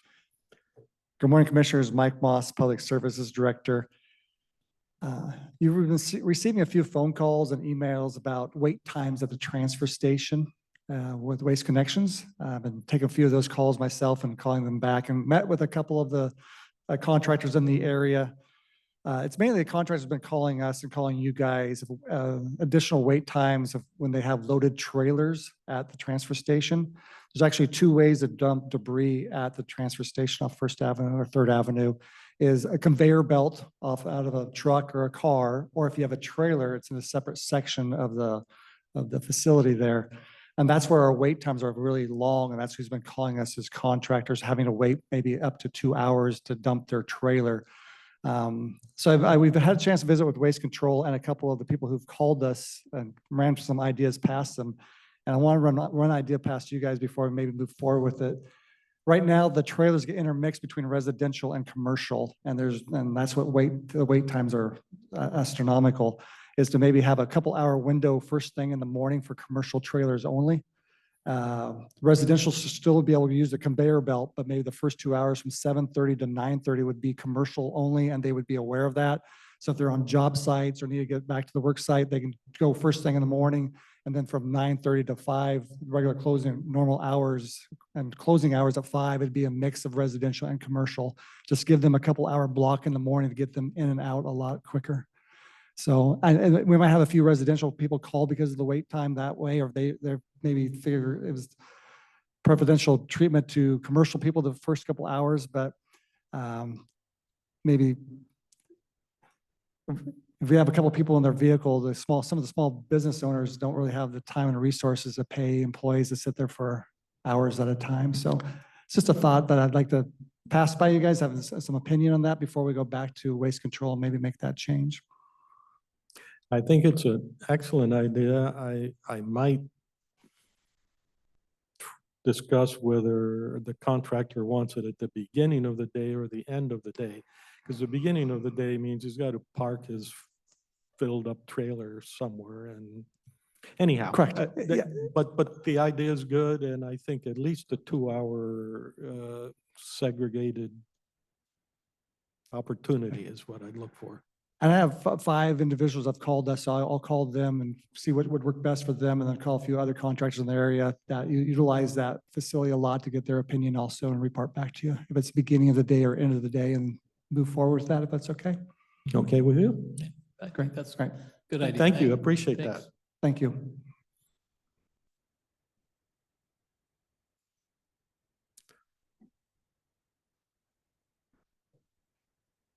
So.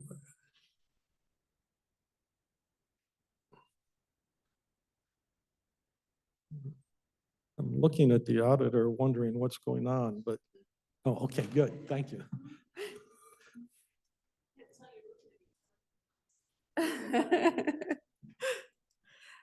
Jessica Warren, Human Resources. I don't have any HR requests today, but I do have 2 executive sessions under collective bargaining.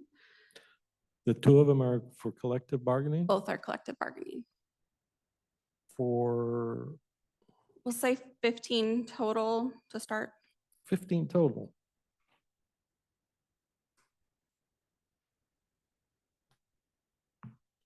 Okay. All set to do it now? Yep. Okay, we're going to go into executive session for collective bargaining for a total of 15 minutes time, unless apprised otherwise.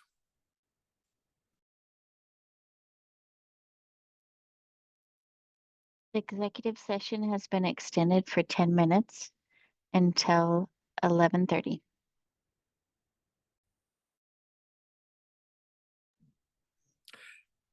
We are now in session again. I guess we always were, but we were in an executive session. Now we've come back out of executive session. No decisions were made in executive session. And we turn the floor back to HR. Jessica Warren, Human Resources again. I do have a request from Public Works. As you know, they have a civil engineer position open, and they would like to expand on that position and create 2 levels titled Associate Engineer Level 1 and 2. This would give an engineer training levels for the position in order to expand the applicants that we're able to hire. This would be at salary grade 535 and 545. I move we accept the recommendation of HR to create those positions. There's a motion on the floor. Any discussions? I think in lieu of the discussions that we've been having about appropriate employment in the engineer's office, this is an important step to take. And I think that'll help the overall department to get their work done. I agree. So I don't see any hands up. Let me call for the vote. All those in favor, please say aye. Aye. I vote aye also. Motion does carry. Thank you, Commissioners. Thank you. So we've at time. I don't see any other activity for this morning meeting. So any miscellaneous? Several weeks ago, we were talking about travel and my duties as with the Association of the Washington Counties Association. There's a September board meeting that they hold every year, and I had not made arrangements to attend because I had a Shorelines hearings scheduled for exactly the same time. And it appears that that hearing has been canceled, so I'll be eligible to, or I'm available to go back to that board meeting. That's the one in Vancouver? No, that's the one, it's in September. It's in the 19th or 20th in Ellensburg. So I would like to request permission to make the arrangements to go. I'm okay with that. Okay, thank you. Are you okay with that? I think I can manage it. Thank you.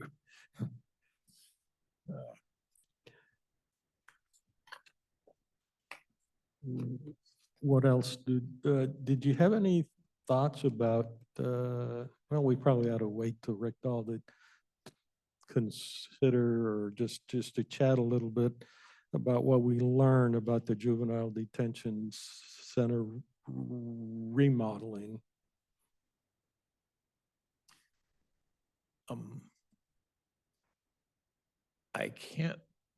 I don't remember that we actually directed ETA to come back with another plan. I think we did, but So we will wait till they come back with that. But I can't remember. I mean, we didn't make a full formal motion. It was sort of a consensus type. it was a consensus type thing. And I had volunteered to talk to the BHO and ASO, and I've sent them an email, and there is interest there, but Trinidad sent back an email with a question mark. yeah, it's a pretty big deal. Mhm. I mean, essentially, we're creating a hospital here. So the agency with the expertise in developing a residential facility is the one that Mark Bollinger, Right. that agency heads. Because we did something similar to a former public hospital up in McCleary And it's now being run by another hospital association, but is essentially for adults. So Mark, I think is willing to work with us as well. Yeah, I mean, it's exactly what that clinic was set up to do. Deal with programs that rural counties don't have don't get where there's the need, so. in the end, it'll be the new commissioners that will have to deal with that. And it's a pretty tough question, and it's got a lot of long-term ramifications.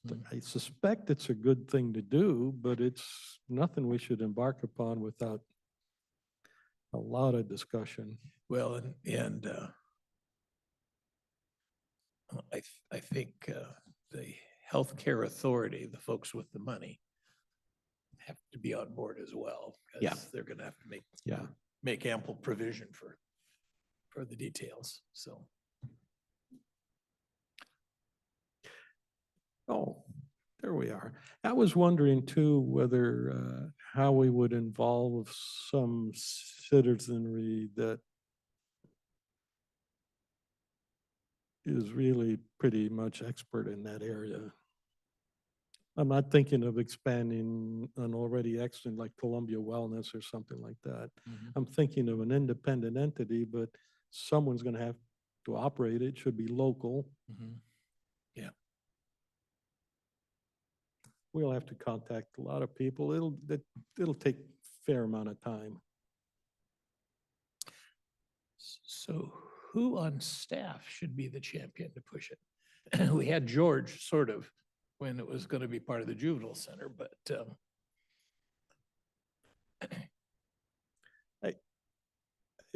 We may have to, I won't answer that because I think the new commissioners are the ones that are gonna have to answer that. I don't have an answer is another way of me saying that.